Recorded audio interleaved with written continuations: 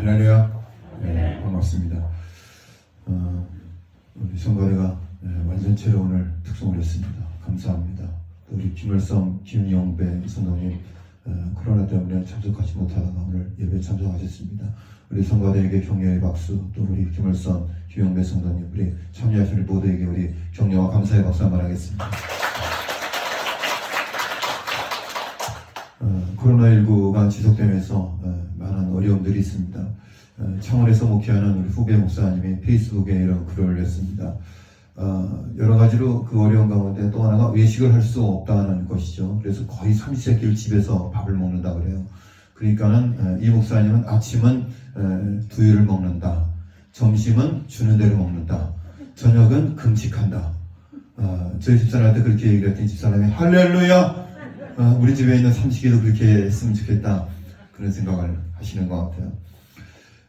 코로나 방학 생활 규칙, 학생이 쓴 글입니다. 초등학생이 쓴 것 같아요. 1번 주는 대로 먹는다, 2번 TV 끄라고 하면 당장 끈다, 3번 사용한 물건 즉시 제자리, 4번 한 번만 하면 바로 움직인다, 5번 엄마에게 쓸데없이 말 걸지 않는다. 이 사항을 어기면 피가 코로나 올 것이다. 재미없어요. 나 혼자 하면 재밌나? 피가 코로나 올 것이다. 코로나. 그렇죠. 그만큼 지금 이 시대가 참 힘들고 어려운 그런 상황을 지나가고 있는 것 같습니다. 좋은 아침입니다. 송옥석 씨가 쓴 그런 에피소드인데요. 몇 년 전 일입니다. 집에 갔더니 아들이 울고 있었습니다. 발에 가시가 박혔는데 아내가 40분 동안 빼려고 노력했지만 안 빠지는 것이었지요. 발 깊숙이 박혔는데 정말 작은 가시였습니다. 신체 중 제일 민감한 곳이 피부이죠. 아이가 얼마나 울던지 너무나 심한 울음소리에 아내는 이웃들에게 아이를 학대하는 것처럼 느껴질까봐 여러 생각이 들었답니다.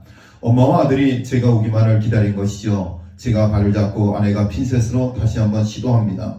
그때 아내가 외칩니다. 나왔다! 나왔다! 얼마나 기쁘던지요. 그 희한함과 통쾌합니다. 뭐가 나왔을까요? 아이의 발에 박힌 작은 가시가 나왔습니다. 그 가시가 뽑혔을 때 통쾌하고 기뻤습니다. 바울에게도 육체의 가시가 있었듯 우리도 가시처럼 피곤하고 고통스럽게 하는 말 못할 문제가 누구나 다 있습니다.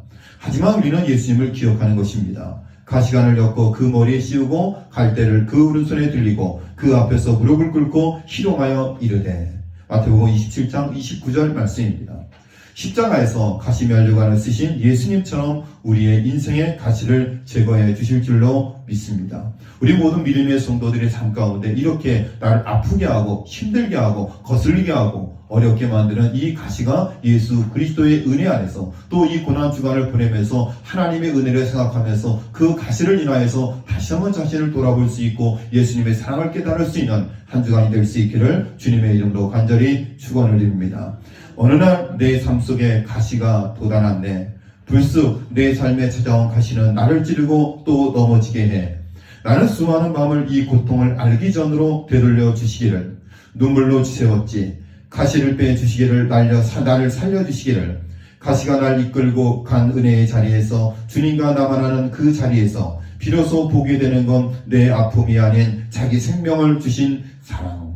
희지은의 가시 중에서 읽어드렸습니다. 비로소 보게 된 건 내 아픔이 아닌 자기 생명을 주신 사랑. 힘들고 어려운 신앙의 삶의 여정 가운데 또 인생의 많은 고난과 어려움 가운데 비로소 이제는 우리가 예수 그리스도의 그 십자가의 가시, 예수님의 그 가시와 그 사랑을 다시 한번 되돌아보게 되었다라는 삶의 간증입니다. 이 고난 주간을 보내면서 종료주일을 맞이하면서 우리 시독교회 성도들이 한 주간 동안 내 삶의 가시를 생각하면서 다시 한번 예수 그리스도의 사랑을 되돌아볼 수 있는 한 주간이 될 수 있기를 간절히 소망합니다. 여러분, 가장 똑똑한 박사들이 제일 무서워하는 사람이 있다고 합니다. 어떤 사람을 제일 무서워할까요? 바로 책 한 권만 읽고 덤비는 사람이 박사들에게는 가장 무서운 사람들이라고 합니다. 여러분, 평생 동안 책 한 권만 읽고 그 분야에 대해서 덤벼드는 사람을 박사는 절대로 이길 수 없다고 합니다. 왜냐하면 책 한 권의 지식이 전부인 줄 알고 그것을 자기 기준으로 판단하는 사람에게는 그 어떤 설명도 그 어떤 이론도 통하지 않기 때문에 인생을 통해서 딱 책 한 권 읽는 사람이 가장 무서운 존재라는 것입니다. 짧은 유머일 수 있지만 우리가 생각하는 예수님의 이미지도 그럴 때가 있습니다. 여러분이 생각하는 예수님의 이미지, 제가 새벽에도 그런 말씀을 드렸습니다. 예수님께서는 세리와 창기와 죄인들의 친구라고 그랬습니다. 제가 이런 이야기를 많이 강조하다 보니까 예수님께서는 부자와 많이 가진 사람들, 소위 말해서 사회 지도층과는 완전히 격리된 그런 인생을 살았는가? 그렇지 않다는 것입니다. 일반적으로 사람들은 예수님은 늘 소외된 자들만 섬긴 줄로 알고 있습니다. 물론 소외된 자를 섬기셨습니다. 고아와 과부, 창기들, 가난한 사람들, 귀신 들린 자들을 불쌍히 여기셨습니다. 예수님께서 많은 기적을 행하셨는데 그 기적의 가장 중요한 원인은 무엇이냐면 긍휼히 여기심이었습니다. 불쌍히 여기심이었습니다. 여러분, 많은 무리들을 불쌍히 여기심을 통해서 오병이어의 기적이 일어났습니다. 안진병이, 손이 많은 사람들, 여러분 많은 병자들이 예수님께서 그들을 불쌍히 여기심을 통해서 그들이 치유를 받았습니다. 예수님께서는 이렇게 소외층에 있는 사람들을 불쌍히 여기고 긍휼히 여기셨고 그들과 친구되는 것을 두려워하지 않았습니다. 여러분, 유태인들은 세리와 창기와 죄인들과 어울리는 것을 죄악시했습니다. 그럼에도 불구하고 그 시대의 통념을 따르지 아니하고 과감하게 세리와 창기와 죄인들의 친구로 살아가셨습니다. 그런데 예수님께서 항상 어려운 사람들만 섬기셨는가? 그렇지 않습니다. 예수님은 유력한 정치 후보생인 니고데모와도 교제하셨습니다. 악독하게 세금을 거둔 공공의 적 세리들과도 교제하셨습니다. 대신 그 누구에게나 하나님의 나라에 대해 따뜻하게, 때론 꾸짖을 정도로 단호하게 이야기하셨습니다. 때로는 사랑으로, 때로는 공의로 사람들을 대하셨다라는 이야기입니다. 중요한 것은 예수님은 예수님께 다가오는 모든 이에게 전심을 당하셨고 만나는 모든 사람은 울림이 있었다는 것입니다. 예수님께 다가오는 사람들, 예수님이 만나는 사람들에게는 사회적으로 차별이 있을 수 없었습니다. 모든 사람들을 품어 안으셨습니다. 그들의 친구가 되어주셨습니다. 그들의 형편을 살피셨고 그들의 삶의 문제들을 해결해 주시는 분이셨습니다. 예수님의 마음은 어떤 마음이었을까? 사도 바울은 예수의 마음에 대해서 이렇게 설명합니다. 빌립보서 2장 3절로 8절입니다. 오직 겸손한 마음으로 각각 자기보다 남을 낮게 여기고 각각 자기를 돌볼 뿐더러 또한 각각 다른 사람들의 일을 돌보아 나의 기쁨을 충만하게 하라. 너희 안에 이 마음을 품으라. 곧 그리스도 예수의 마음이니 그는 근본 하나님의 본체시나 하나님과 동등됨을 취할 것으로 여기지 아니하시고 오히려 자기를 비워 종의 형체를 가지사 사람들과 같이 되셨고 사람의 모양으로 나타나사 자기를 낮추시고 죽기까지 복종하셨으니 곧 십자가에서 죽으십니다. 예수님은 모든 마음을 주셨습니다. 예수님께 다가가는 일을 언제나 환영해 주셨습니다. 그리고 예수님께서는 사랑하기 위해 친히 종이 되셨고 사랑하기 위해 인간의 몸을 입고 오셨고 사랑하기 위해 나무에 달려 죽으셨습니다. 안도현 시인의 시인 중에 이런 시가 있습니다. 연탄재 함부로 발로 차지 마라. 너는 누구에게 한 번이라도 뜨거운 사람이었느냐. 자신의 몸뚱아리를 다 태우며 뜨끈뜨끈한 아래목을 만들었던 저 연탄재를 누가 발로 함부로 찰 수 있는가? 자신의 목숨을 다 버리고 이제 하얀 껍데기만 남아있는 저 하얀 연탄재를 누가 함부로 발길질할 수 있는가? 우리는 누구에게 진실로 뜨거운 사람이었을까요? 제가 예전에도 한번 읽어드렸던 연탄재라는 시입니다. 여러분, 중직자들은, 하나님께 쓰임받는 사람들은 연탄재에 비유할 수 있습니다. 한평생 하나님 부르시는 그날까지 자신의 생명을 불살라서 하나님을 위해서, 이 교회를 위해서, 어려운 이웃들을 위해서, 이 시동계를 세우기 위해서 연탄재처럼 불사르고 나중에는 하얀 연탄재가 되어서 겨울길에 넘어지지 않고 자신의 몸을 불살라서 자신의 몸을 부서뜨려서 사람들의 미끄러짐을 방지하는, 그렇게 마지막까지 희생하고 섬기는 연탄재의 삶과 예수 그리스도의 삶과 중직자의 삶이 일치할 때 그 교회는 건강한 교회가 될 수 있다는 것입니다. 종려주일 그리고 근원증환이 시작되는 이 시간, 그리스도 예수의 마음을 품을 수 있기를 바랍니다. 남을 낮게 여기는 겸손한 마음을 갖게 될 수 있기를 간절히 소망합니다. 여러분, 하나님께서는 사람을 통해서 일하십니다. 하나님은 전지전능하십니다. 온 우주 만물을 창조하셨습니다. 예수님께서 입김만 불면 이 세상을 변화시킬 수 있습니다. 악의 무리들을 다 정리할 수 있습니다. 그럼에도 불구하고 연약하고 흠이 많고 잘 넘어지는 인간들을 통해서 하나님께서는 하나님의 사명을 감당해내십니다. 인간은 문제도 많고 탈도 많습니다. 욕심도 많습니다. 너무 연약해서 유혹에도 잘 넘어집니다. 이렇게 불완전한 존재를 왜 하나님께서는 사용하시는가? 하나님께서 인간을 창조하실 때 하나님께서는 인간을 피조물로 만드셨을 뿐만 아니라 하나님의 대리자로 세워주셨습니다. 하나님께서는 인간을 통해서 일하십니다. 하나님의 형상대로 여러분을 만들어 주셨습니다. 하나님께서 다 하실 수 있지만 하나님께서는 여러분들과 함께 동역하기를 원하십니다. 여러분 한 명의 삶을 통해서 이 시대가 바뀌어질 수 있고 여러분 한 명의 삶이 변화되는 것을 통해서 이 시동교회가 새로워질 수 있다라는 것입니다. 그러므로 한 사람은 매우 소중하고 영향력이 있다는 것입니다. 그런데 마귀가 사람에게 하나님처럼 될 수 있다고 유혹했습니다. 하나님이 선악과 열매를 먹지 못하게 한 것은 하나님처럼 되지 못하게 하시려는 것이라고 속였습니다. 야야야, 저 중앙동산에 있는 저 나무를 먹어봐. 저 열매를 먹어도 괜찮아. 왜 먹지 못하게 했는지 알아? 그거 먹으면 내 눈이 밝아져서 하나님과 같이 될까 하여서 그런 거야. 그렇게 속였습니다. 하나님의 명령을 어기고 왕이 되라고 속인 것입니다. 선악과의 열매는 하나님이 왕이시고 인간은 피조물이라는 것을 상징하는 것입니다. 여러분, 선악과는 바로 그거예요. 인간은 피조물이고 하나님은 왕이시라는 것을 상징하는 것인데 사탄은 유혹해서 그 선악과를 따먹게 했습니다. 그리고 범죄하게 했습니다. 그리고 죄의 노예가 되어 저주를 받게 되었습니다. 그러나 긍휼이 많으신 하나님은 죄 가운데 있는 인류를 구원하시기 위해서 한 사람 아브라함을 선택하셨습니다.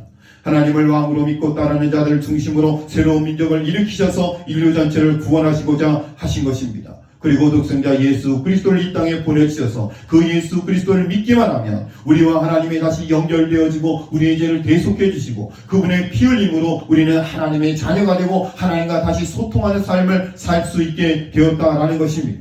하나님께서는 우리의 범죄에 대해서 인간의 타락에 대해서 단호하게 인간을 징벌하였지만 또 하나님께서는 독생자 예수 그리스도를 통해서 우리에게 구원의 길을 열어주셨습니다. 그 예수 그리스도 한 분의 삶의 변화를 통해서 온 인류가 구원받았다고 한다면 저와 여러분의 삶의 가운데 여러분 한 사람을 통해서 지역 주민들이 구원받고 여러분의 가족이 구원받고 우리 교회가 다시 한번 부흥의 불길이 불타오르는 촉매제가 될 수 있는 저와 여러분의 삶이 되실 수 있기를 바랍니다. 그래서 한 사람 한 사람이 중요한 것입니다.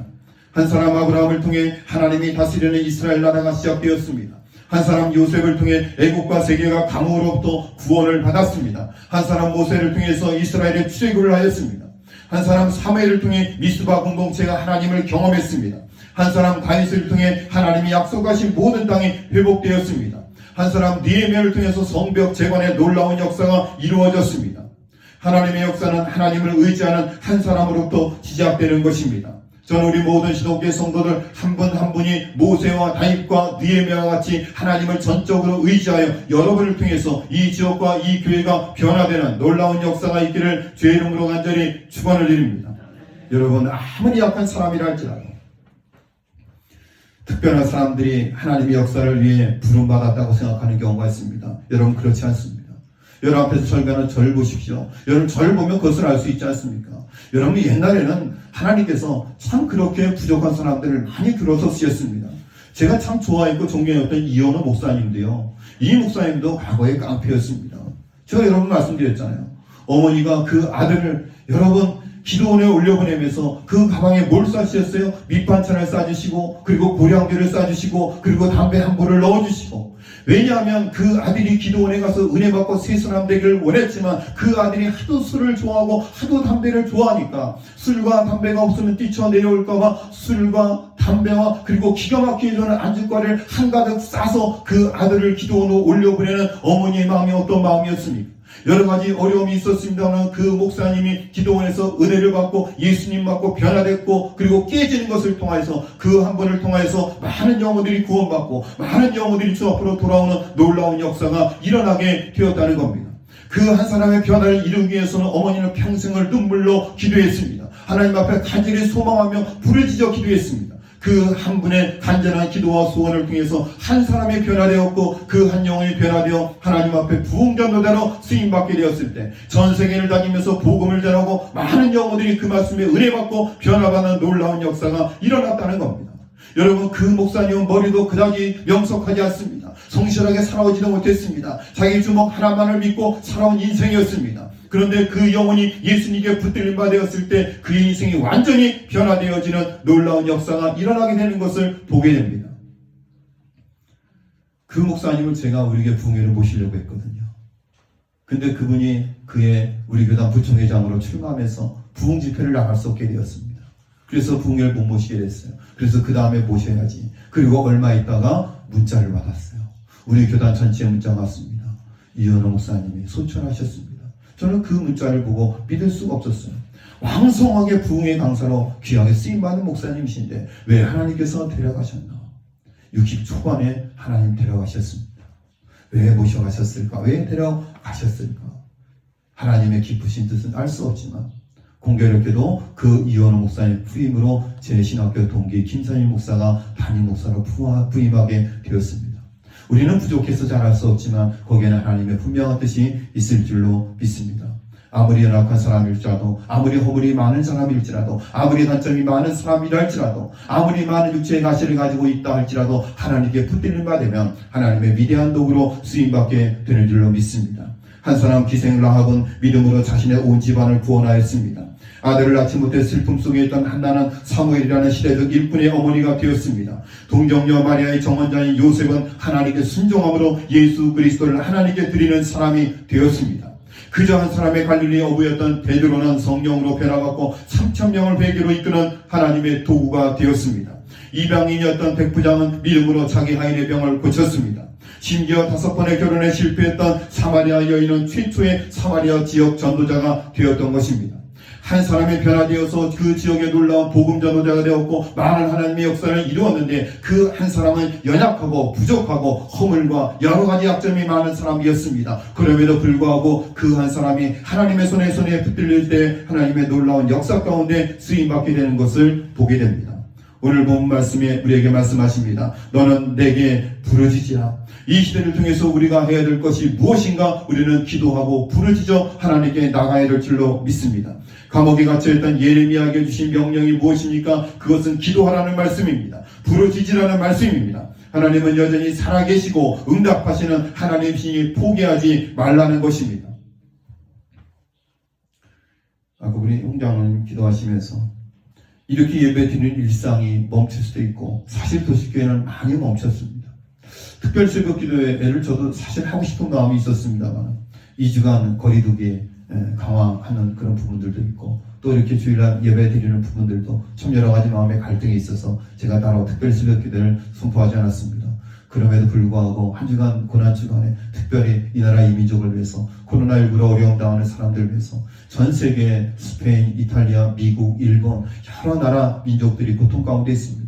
여러분 그분들을 위해서 여러분 기도할 수 있는 한 주간이 될 수 있기를 바랍니다. 여러분 이 기도를 통해서 다시 한번 예수 그리스도의 고난과 예수님의 참 사랑을 다시 한번 되새겨볼 수 있는 한 주간이 되실 수 있기를 바라고 다음 주간 부활주일 때는 기쁨으로 주님의 부활을 맞이할 수 있는 저와 여러분의 삶이 될 수 있기를 간절히 바라겠습니다.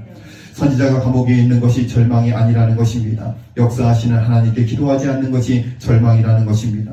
그 하나님이 기도하면 들으실 텐데 좌절하지 않고 낙심하지 말고 하나님께 부르짖지 않을 말씀입니다. 그러면 하나님께서 앞으로 일어날 하나님의 역사에 대해서 말씀해 주시겠다는 것입니다. 단 한 사람의 기도가 미래를 엽니다. 오늘 우리도 마찬가지입니다. 오늘 우리의 문제는 오늘 우리의 형편이 아닙니다. 오늘 우리의 암울한 환경이 아닙니다. 오늘날 한국교회의 가장 큰 문제를 이렇게 이야기합니다. 오늘 하나님의 백성들이 기도를 포기하는 것이다. 그것이 한국교회의 가장 큰 문제다 그랬습니다. 너는 칼과 창과 단창으로 내게 나아오거니와 나는 만군의 여호와의 이름으로 내가 모욕하는 이스라엘 군대 하나님의 이름으로 내게 나아가노라. 여러분 골리앗이라는 거대한 거인 앞에서 다윗은 이렇게 담대하게 외치며 나아갔습니다. 골리앗과 같이 코로나19가 우리 앞길을 가로막고 있지만 너는 칼과 창과 단창으로 내게 나아오거니와 나는 만군의 여호와의 이름 곧 내가 모욕하는 이스라엘 군대 하나님 이름으로 내게 나아가노라 외치며 고백하며 골리앗을 쓰러뜨렸던 다윗과 같은 담대한 믿음으로 코로나19와 같은 골리앗을 쓰러뜨리고 무너뜨릴 수 있는 우리 모든 시동교회 성도를 한국교회가 될 수 있기를 주의 이름으로 간절히 소원합니다. 여러분 독수리는 평균 50년을 산다고 합니다.